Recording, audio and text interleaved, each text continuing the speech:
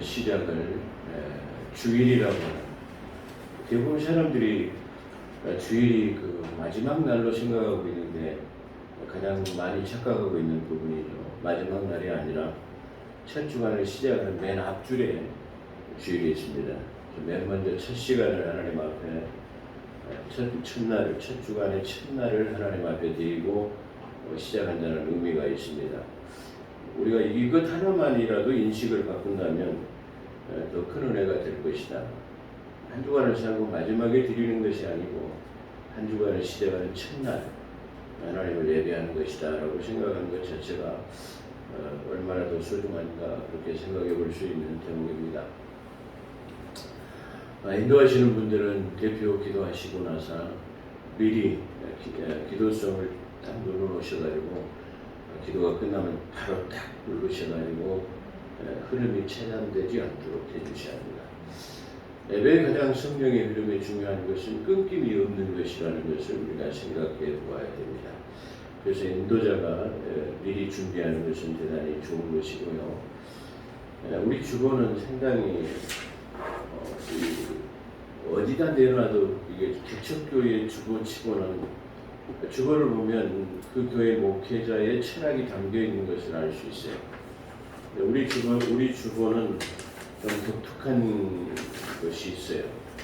대부분 주보에 사제의 선언이 없는데 우리 교회는 사제의 선언이 있습니다.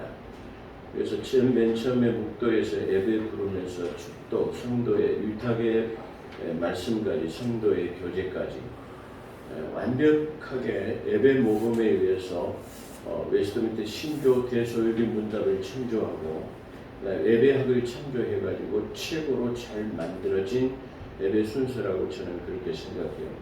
그래서 이게 아무것도 아니지만 한번 다른 교회들의 주보하고 한번 참고해 보시면 좀 독특한 것이 있을 것이다 저는 그렇게 생각이 듭니다. 그래서 인도하신 분들은 이 순서지에 의해서 흔히 차단되지 않도록 잘해 주시기를 부탁의 말씀을 드립니다. 오늘은 창세기 21강을 통해 가지고 최초의 합동 결혼식이라는 제목을 한번 적어봤습니다. 합동 결혼식 좀 생소하죠. 우리나라에서 문선명 통일교 교주는 수많은 합동 결혼식을 많이 했던 사람이고 또 정부에서도 결혼식을 못한 사람들을 결혼식을 하도록 해줬고 또 역사의 고증에 보면 그 한양에서도 결혼식을 못하는 젊은 청년들이 과거에 많이 있었던 것 같아요. 역사에서. 그래서 영조대왕은 그 젊은 남녀 결혼 못한 사람들을 찾아가지고 합동 결혼식을 올려주기도 한 우리나라 고서도 있습니다. 성경에서 최초의 합동 결혼식은 물론 첫 번째 최초의 결혼식은 에덴 동산에서 하나님께서 하와를 만들어 가지고 손을 잡고 와 가지고 아담에게 이렇게 연결시켜 주죠. 그 우리나라에 지금 실행하고 있는 결혼 예식의 모범이다 그렇게 볼 수 있을 것입니다. 그렇다고 한다면 오늘 창세기 21강에 들어있는 내용은 아마 제가 제목을 좀 재밌게 적어보려고 이렇게 최초의 합동 결혼식이라 그렇게 적어봤습니다. 그래서 오늘은 창세기 11장 10절에서 32절의 내용의 말씀은 이제 우리가 그 노아의 세 아들의 족보를 통해 가지고 셈과 함과 야벳 이 세 명의 아들을 우리가 족보를 봤습니다.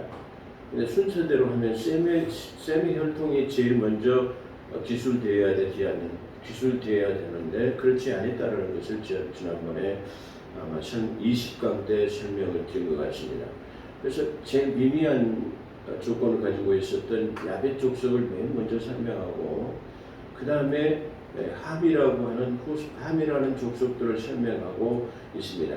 그 함 족속이라는 족속을 통해서 그 바벨탑이라고 하는 바벨탑이 지어졌고 그 바벨탑은 바로 함의 후손이었던 사람 중에 림롯이라고도 하고 림롯이라고도 하는 사람이 그 바벨탑을 신할 평지에다 세웠다라는 것을 우리는 함의 혈통을 통해서 배웠습니다. 그런 것처럼 이제 마지막 이 셈의 혈통을 맨 뒤편에다가 기록하고 있는데요. 그래서 이제 전반부에 창세기는 제가 강의를 시작할 때 창세기는 어떤 책이냐 그러면 네 사건과 네 족장의 이야기로 되어 있는 책이다. 그래서 전반부의 11장까지는 네 사건을 말하는데 첫 번째 사건은 바로 창조의 사건, 두 번째는 타락의 사건, 세 번째로는 노아 홍수의 사건, 그다음 네 번째로는 바벨탑의 사건이다. 그래서 바벨탑의 함족속의 이야기를 끝으로 마지막 셈의 혈통을 오늘 다루시고 있다. 그렇게 말할 수 있을 것입니다. 그래서 오늘 이 창세기 11장을 통해 가지고 네 사건이 마무리되어지고 창세기 12장부터는 네 족장의 이야기, 아브라함과 그 다음에 이삭과 야곱과 요셉의 네 족장의 이야기로 창세기 50장이 끝나고 있다는 것을 우리가 잘 알고 있습니다. 그래서 창세기 12장에서부터는 네 족장의 이야기가 시작될 것이고 또 오늘은 마지막 네 사건의 마지막인 사건을 다루고 있다라고 그렇게 말할 수 있을 것입니다. 여기는 독특한 것이 많이 들어있어요. 제가 항상 여러분들이 주문하는 것은 뭐냐면은 왜라고 하는 단서가 붙어야 된다. 다시 말해 왜 그렇지, 왜 다르지? 라는 것을 통해 가지고 우리는 그것을 통해서 탐구할 때 성경에서부터의 진리를 얻을 수 있다. 그래서 그 진리를 얻었을 때 남이 알지 못하는 그 진리를 깨달았을 때 오는 희열이야말로 무엇과도 바꿀 수 없다. 남이 알지 못하는 것을 내가 탐구하고 연구해서 깨달았고 아하 그렇구나라고 깨달아졌을 때 오늘 희열은 어느 것과도 바꿀 수가 없습니다. 저는 목회 초기에 그것을 수없이 체험해 봤기 때문에 그것으로부터 가져다는 기쁨은 어떤 금이나 뭐나 뭘 갖다 준다 할지라도 바꿀 수 없는 것이라는 것을 말씀드립니다. 그렇기 때문에 우리는 왜라고 하는, 왜 다르지, 왜 틀리지 라고 하는 것을 반드시 발견해내는 그런 눈이 있어야 될 것이다. 그렇게 생각해 봅니다. 그래서 창세기는 오늘 말씀드린 창세기 4개의 사건 중 마지막 사건은 창세기 12장은 네 족장의 이야기를 다룰 것입니다. 야펫과 함의 후손들은 여기서 독특한 그 특징을 보게 되면 야벳의 족속을 맨 처음에 창세기 1장 전반부 2절에서부터 시작하고 나머지 함의 족속들의 얘기를 하는데 거기서 특이한 사람들의 이름을 거명하고 있어요. 근데 중요한 것은 이들의 나이에 대해서는 야벳 족속도 그 다음에 함 족속도 전혀 말하고 있지 않다라는 것의 특징이에요. 근데 오늘 우리가 본문을 보았지만 어떤 사람은 몇 세를 살고 몇 세의 아이를 낳고 몇 세를 살다가 죽었다라는 것이 아주 자세하게 기록되었다라는 것을 우리가 알 수 있어요. 이 말은 뭐냐면은 바로 다른 야벳의 족속이나 함의 족속은 연대기가 없다라는 거예요. 몇 년을 살고 누구를 낳고의 중요한 것이 아니고 그냥 그들이 살아가는데 좀 독특한 사람이 있다면 그들의 이름을 거명하고 그냥 놔두고 있어요. 그렇기 때문에 정확한 의미로 하면 연대기라는 것이 없는데 연대기적인 것이 기록되지 않았다라는 말은 다른 말로 표현하면 역사에 기술되지 않았다라는 말이에요. 그걸 다른 말로 또 바꿔보면 히스토리, 하나님의 역사책이라고 하는 그 역사의 그들의 시간의 관점이 전혀 배열되지 않았다라는 것을 말하고 있어요. 하나님께서는 의인의 삶은 기억하고 계시고 그 연대를 기억하고 계세요. 그러나 하나님의 사람이 아닌 사람들에 대해서 관심 밖에 있는 사람들에 대해서는 그가 몇 년을 살았고 몇 명의 아이를 낳았고에 관심이 없다라는 것을 우리에게 나타내는 아주 중요한 대목이에요. 그런데 창세기 10장부터 우리가 쭉 보게 되면 야벳의 족속들에 대해서는 누구는 있었고 어떤 간략하게 기술은 하고 있지만 다시 연대기는 전혀 기록하고 있지 않다. 하나님의 역사에는 무관심하다라는 것을 말할 수 있고 함족 역시도 님롯이라고 하는 그 유대한 용사가 있었지만 그 유대한 용사 특이한 사냥꾼은 비록 하나님을 대적하는 바벨탑을 신할 평지에다 세웠지만 그런 사람 역시도 몇 년을 살고 몇 명의 자녀를 낳고에는 하나님의 관심 밖이다라는 것을 우리가 알 수 있어요. 그런데 여기서 하나님 예수 그리스도 안에 있는 사람들은 그렇죠. 아브라함의 계보가 바로 마태복음 1장 1절에서 기록되어 있는데 아브라함과 다윗의 자손 예수 그리스도의 세계라 그러면서 누가 누구를 낳고 누가 몇 세를 낳고 낳고 누가 살고라는 것이 정확하게 기술이 되어 있다는 말이에요. 이와 같이 하나님의 믿음 안에서 사는 사람들은 몇 살을 살았간에 얼마를 무슨 일을 했던 간에 하나님께서 그들의 삶 자체를 기억하고 계신다라는 거예요. 하나님의 역사와 시간 안에 그들이 들어와 있다라는 것을 말하고 있다라는 것이. 그렇게 중요한 관점이 들어있는데 우리는 그런 걸 전혀 생각하지 않고 있어요. 그러니까 그냥 읽어보면 야펫과 함에 분명히 나이가 없고 연대기가 없다라는 것을 우리가 볼 수 있는데 여기서 셈의 혈통들은 누가 누구를 낳고 누가 몇 살에 낳고 몇 살에 결혼하고 죽고까지를 정확하게 기록하고 있다는 것입니다. 셈의 혈통을 보면 두 가지 특징이 또 나타납니다. 첫째로는 그 첫 아이를 출산을 언제 했고라고 하는데 이 출산의 나이가 홍수 이전의 나이의 사람, 다시 말해 181세의 누구를 낳고 이렇게 쉽게 말하면 나이가 주로 많이 들었을 때 첫 아이를 낳는데 노아 홍수 이후에는 사람이 아이를 낳을 때 나이가 현저하게 낮아지고 있다는 사실을 우리가 볼 수 있습니다. 그래서 여기서 셈의 혈통을 통해서 두 가지 특징은 첫째는 그 첫 아이의 출산이 현저히 낮아진 것이고 두 번째 특징은 인간의 수명이 현재의 낮아진 것이다 그렇게 말할 수 있어요. 그래서 창세시대에 우리가 보게 되면 아브라함은 930세를 향유하고 무두셀라는 사람은 969세를 향유하고 살았다고 성경은 증거하고 있어요. 이렇게 900세를 다 살았는데 홍수 이후의 사람들은 다시 말 그렇지 못해요. 물론 노아는 홍수 이후에라도 좀 오래 살았습니다만은 그 홍수 시대 이후에 출생한 사람들 그 홍수 이후의 사람들은 점점점 수명이 단축되어졌다는 것을 우리가 알 수 있어요. 그래서 창세시대는 900세를 향유했는데 아브라함의 부친 데라는 205세를 모세는 그리고 120세를 그 다윗의 시대에서는 70이나 80세를 살았다고 시편 90편 10절에 증거하고 있는데 그렇죠.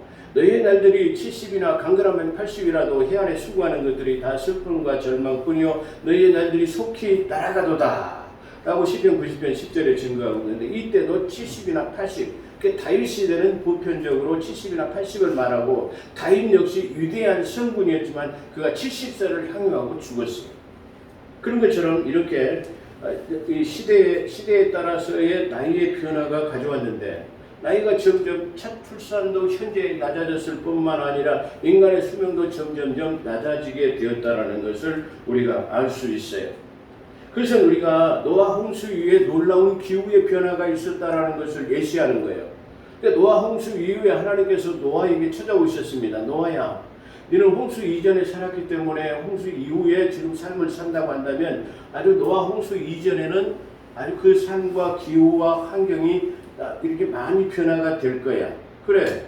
그렇기 때문에 홍수 이전에는 너희가 70만 먹고도 충분하게 살 수 있었어. 근데 이제는 노아 홍수 이후에는 뭐요? 고기, 육식도 먹어야 살 수 있다라고 찾아오셨어요. 그래서 이제는 너희가 고기를 먹을 때 피채 먹지는 말고 그 다음에 어떻게 해요? 너희가 고기를 먹어야 살 수 있다라는 다시 말해 고기를 먹지 않고 살았던 환경과 다시 말하면 기후의 변화가 급격하게 나타나고 있다라는 사실을 거기서 증거하고 있어요. 그렇기 때문에 창세기 8장 22절에 보면 심음과 거둠과 추위와 더우와 여름과 겨울과 낮과 밤이 쉬지 않으리라 라고 말했어요.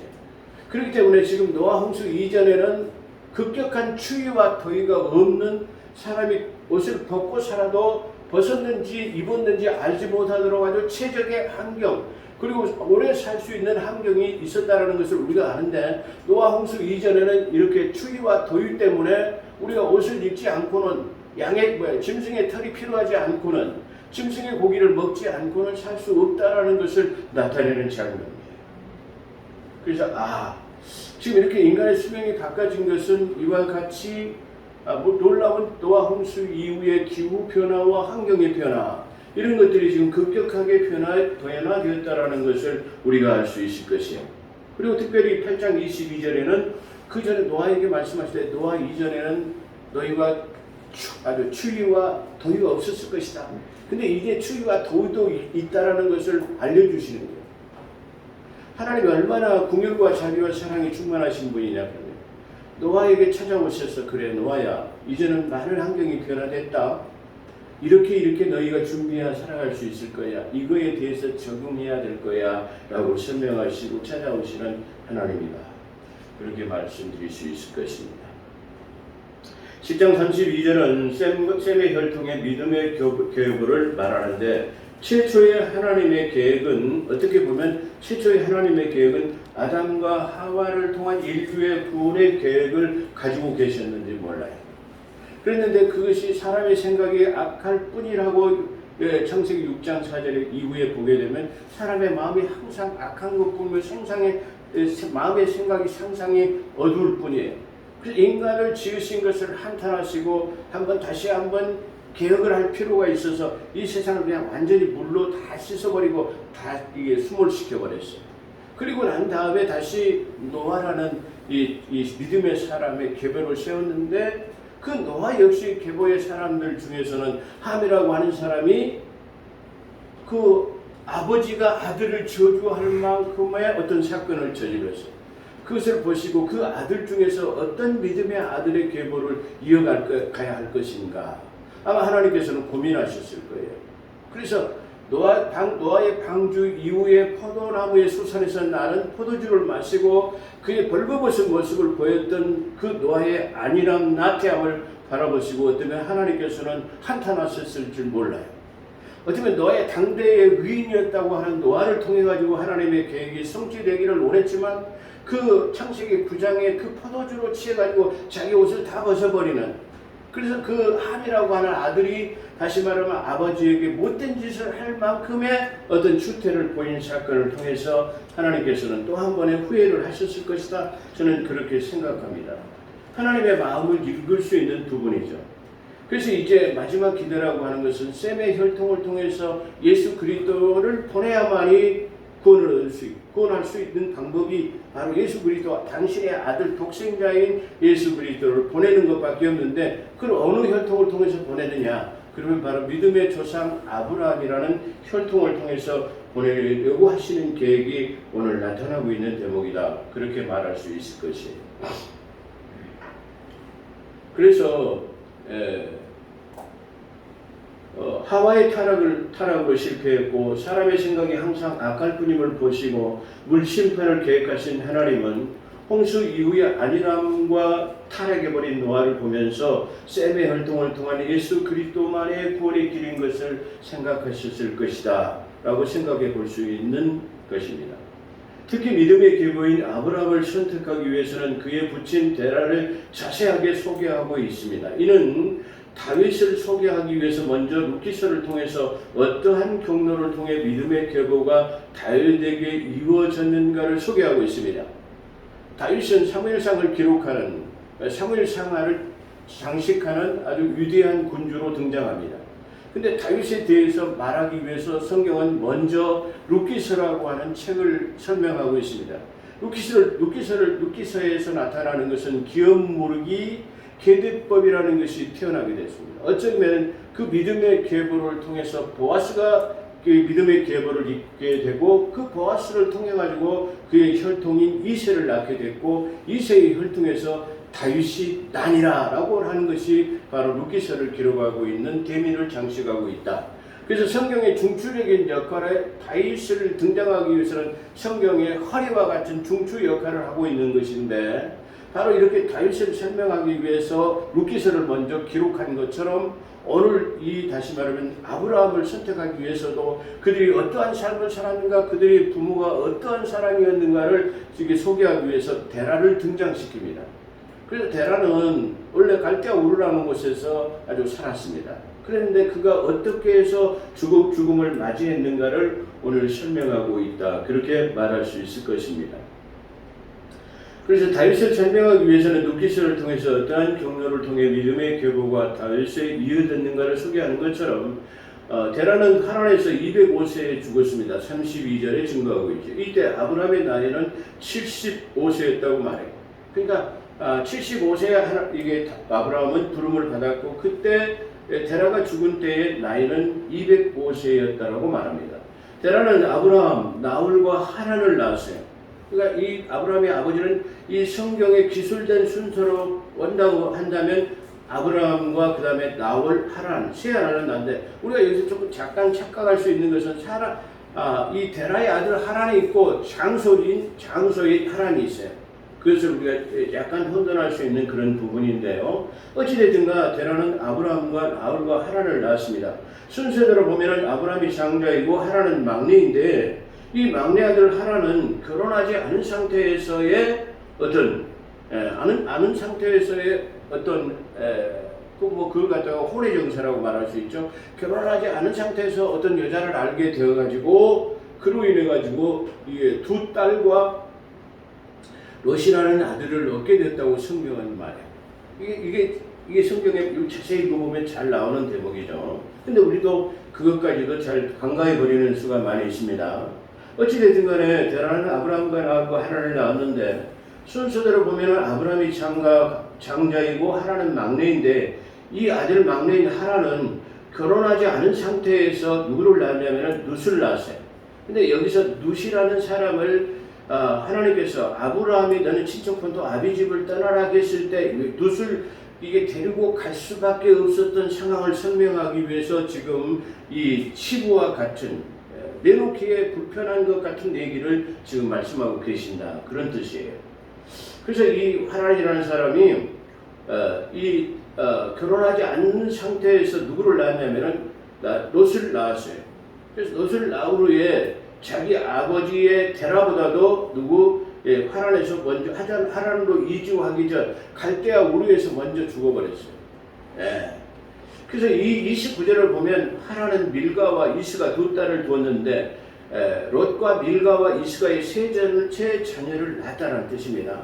근데 먼저 룻을 설명하고 그 뒤편에다가 결혼식을 이게 등장하기 위해서 밀가와 이스가가 있었다라는 것을 성경은 증거하고 있는데요.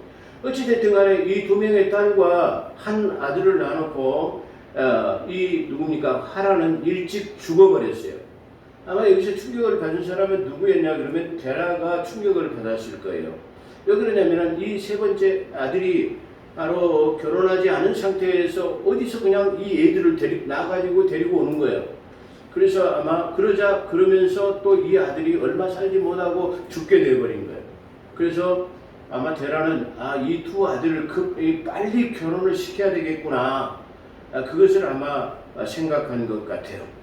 그래서 데라는 혼외종사로 인한 손자가 생기고 아들이 일찍 죽게 되자 급하게 아브라함과 나홀을 장가 보냈는데, 몸매 그대로 이해한다는 최초의 합동 결혼식이 아니었나 싶습니다. 그러니까 그 아들이 죽고 난 다음에 두 아들을 급하게 그냥 한 날짜에 결혼을 시켜버렸다. 성경은 예를 들어서 성령의 영감으로 우리가 생각해 본다면 아브라함이 먼저 결혼하고 그 다음에 나홀이 결혼했다고 하지 아니하고 둘이 한꺼번에 결혼했다고 합니다. 그렇기 때문에 저는 참 재밌는 대목이구나, 그래서 합동 결혼식이 이루어지지 않았나 그렇게 생각하는 대목입니다. 근데 좀 제목을 재밌게 하기 위해서 최초의 합동 결혼식으로 잡았습니다. 아브라함은 사레를 아내로, 나홀은 밀가를 아내로. 여기서 밀가는 하란의 딸이었어요. 그러니까 다시 말하면 여기서 나홀은 누구죠? 다시 말하면 자기 조카뻘 되는 아이와 결혼했어요. 그것을 우리가 알 수 있는데, 이것은 근친상간이고 나중에 이때의 근친상간, 우리가 성경을 자세히 보게 되면 이거 근친상간이 아닌가 그렇게 생각할 수 있습니다. 근데 이때만큼은 율법으로 근친상간으로 제정되어 있지 않아요. 다시 말하면 종족 보존과 혈통 보존을 위해서 그것은 자연스럽게 이루어졌던 일입니다. 그런데 이것이 나중에 하나님께서 그게 좋지 않게 하시기 때문에 율법의 레위기에서 정할 때에 다시 근친상간과는 결혼하지 못하도록 율법의 차후에 제정됐다라는 사실을 우리가 알게 하는 대목입니다. 그래서 아브라함은 사레를 아내로, 나홀은 밀가를 아내로 맞아 삼았는데 사라는 잉태치 못하고 데라의 일족은 갈대아 우르를 떠나 하란에 머물렀습니다. 이는 가나안 땅으로 가고자 하였으나 하란에 머문 것입니다. 우리가 여기서 느낄 수 있는 것은 우리 믿음의 여정은 어디를 향해서 가는 거죠? 새하늘과 새 땅을 향해서 가는 것이에요. 아까 찬송가 236장을 불렀는데 찬송가 중에서 제가 가장 좋아하는 찬송가이기도 합니다. 그 찬송가는 새 예루살렘 도성에 우리가 들어가는 것인데요. 새 예루살렘 도성은 새하늘과 새 땅이 이루어지는 것입니다. 우리의 궁극적인 목적은 이 땅에 살면서 그 천국이라고 하는 새 하늘과 새 땅에 들어가는 것이 우리의 여정의 끝이에요. 다시 말하면 우리 사람들이 모든 교회가 가르치는 것이 뭘 가냐면 예수 믿고 천국 가는 것입니다. 근데 이 천국은 두 개의 천국을 가지고 있어요. 다시 말하면 킹덤 헤븐이라고 하는 땅에서 이루어지는 천국과 그 다음에 킹덤 갓이라고 하는 영적인 천국 낙원을 말하고 있어요. 우리 한국교회가 대부분 가르치는 것이 킹덤 갓이라고 하는 영적인 낙원만을 가르치고 있어요. 근데 낙원은 천국이 이루어지기 전에 킹덤 헤븐이라고 하는 새하늘과 새 땅이 이루어지기 전에 잠깐 머무는 곳이 바로 낙원이라는 것을 알아야 돼요. 그래서 그 낙원에 있다가 예수 그리스도가 재림하면 함께 같이 성도들과 함께 내려온다는 노래 가사가 있었습니다만 그때 와서 새 예루살렘으로 입성하는 것이죠. 그래서 아담과 하와에게 부여되어 있던 그 파라다이스, 그 유토피아의 그 이상적인 그 낙원에서 우리가 다시 한번 1000년 동안 왕노릇하며 살게 되어질 것이고, 그 1000년이 끝나게 되면 바로 하늘에서부터 사람의 손으로 단장하지 않은 새 예루살렘 도성이 내려와서 그 영원 세계에 들어가는 것이 궁극적인 우리의 구원의 안성입니다. 근데 한국 교회는 이걸 가르치지 않아요. 그냥 두리뭉술하게 그냥 예수 믿고 천국 가, 어디 저 킹덤 갓이라고 하는 낙원만 가면 되는 것으로 알고 있습니다. 그렇지 않습니다. 성경은 이렇게 다시 말하면 낙원과 새하늘과 새 땅이라고 하는 천국, 그 다음에 영원한 도성 새 예루살렘 도성을 전부 명확하게 구별을 해놓고 있는데 우리는 그렇게 가르치는 것은 별로 없다라는 것을 우리가 볼 수 있습니다. 그래서 우리 성도들만이라도 이것을 정확하게 알고 전파하고 가르치는 그런 삶이 되어야 되지 않을까 그런 생각이 듭니다. 어찌됐든 간에 가나안 땅에 가고자 해서 그들은 갈대아 우르를 떠났습니다. 갈대아 우르를 떠나서 하란에 머물게 됐습니다. 마지막으로 갈대아 우르는 우리가 어떤 곳이었는가를 생각해 보게 되는데요. 갈대아 우르는 최초의 데라라고 하는 데라의 조상과 데라가 아브라함이 살았던 곳이 바로 갈대아 우르인데요. 이 갈대아 우르는 아브라함의 고향이자 데라의 본향이었었죠. 근데 이 갈대아 우르는 티그리스 강과 유브라데스 강이 성경에 등장하고 있죠. 근데 이 티그리스 강과 유브라데 강 사이 남쪽에 위치한 비옥한 지역으로 아브라함과 그의 조상과 고향으로서 상업과 천문학 그리고 점성술이 발달하여 뛰어난 고대의 문명 국가로서 우생 숭배가 극히 성행한 곳으로, 세상적으로 볼 때는 풍요한 곳으로 문화가 발달되어 있는, 그리고 그렇게 풍요한 곳이었다, 그렇게 볼 수 있을 것입니다. 그러나 하나님의 소명을 받고 황량한 그 모래사막을 지나서 팔레스틴이라고 하는 그곳을 향해서 가는 것은 우리가 하나님의 놀라운 계획과 섭리를 우리가 생각해 볼 수 있는 대목입니다. 어쩌면 그렇습니다. 우리가 살아가는 이 세상의 문명과 환경과 그 평화로움 속에서 그것을 즐기고 살려고 하다 보면은 믿음에서 가나안 땅을 향해서 가는 것을 멈출 수밖에 없고 그것에 머물 수밖에 없다라는 것을 우리가 알 수 있을 것입니다. 하란 역시 어떤 곳이냐면은 바벨론과 지중해 그리고 팔레스타인과 애굽 등지를 연결하는 교통의 요충지로서 상업의 도시이자 메소포타미아의 중요한 도시이자 이곳은 달을 숭상하는 그런 숭배지였던 것입니다. 그렇기 때문에 갈대아 우르를 떠나서 또 하란으로 이주를 했지만 하란 역시도 마찬가지로 상업의 요충지요 교통의 발상지이자 모든 것으로 통할 수 있는 그런 곳이자 우상 숭배가 극심한 곳이었다라고 그렇게 말할 수 있을 것입니다. 어쩌면 우리는 믿음의 여정을 계속해야 합니다.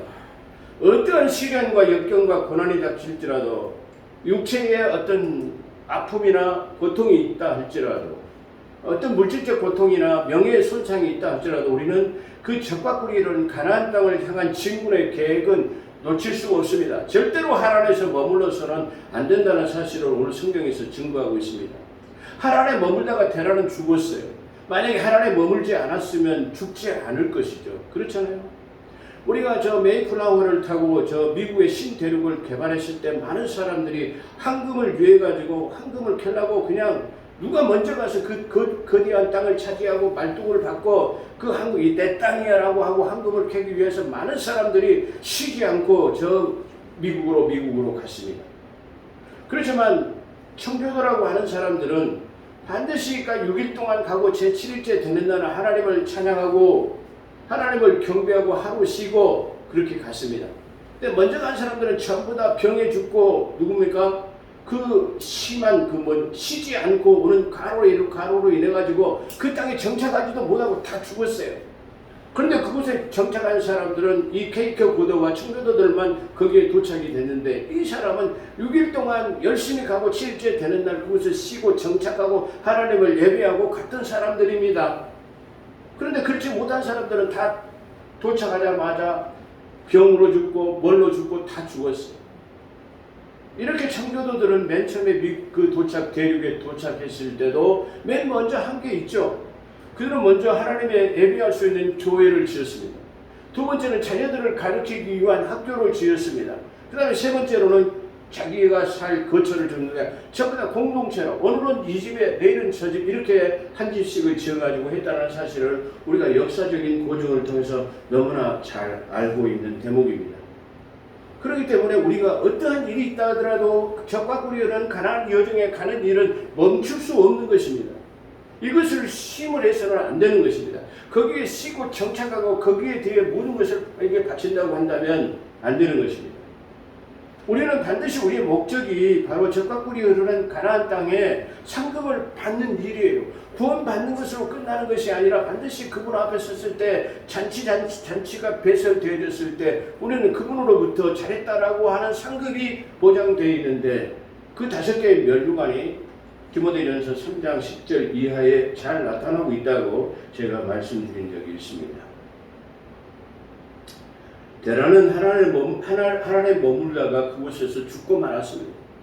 만약에 이 데라는 계속해서 자기 아들 아브라함과 함께 적과 꿀이 흐르는 가나안 땅으로 갔었으면 얼마나 좋을까라고 생각해 봅니다. 우리는 여기서 야곱을 생각해 볼 수 있는데요. 야곱은 그렇죠. 자기 형 에서의 축복을 갖다 대신 빼앗아버리고 형이 야 이놈 내가 장자인데 네가 내 몫을 대신 다 뺏어가버려 내가 너를 죽이려고 하니까 야반 도주라고 하는 그냥 급하게 도망을 가는 거예요. 자기 어머니 리브가가 이 자기 아들 둘째 아들을 잃게 생겼어요. 그러니까 빨리 너는 내 삼촌 집으로 도망을 가라 나홀의 집으로 가라 그 말이죠. 그래서 자기 삼촌 그 나홀이 저 하나님을 살고 있는데 거기로 도망가라는 거예요. 그래서 그게 밤에 야반 도주를 했을 때 아무것도 가져가지 않은 야곱을 볼 수 있어요. 맨몸으로 가가지고 숲에서 잠을 자고 하나님께서 나를 축복하시면 내가 장차 이 기름 부어 세운 돌에 하나님의 거대한 성전을 지어가지고 내 약속을 지키겠습니다 하고 그 숲에서 기름을 부었던 사실을 우리가 볼 수 있습니다.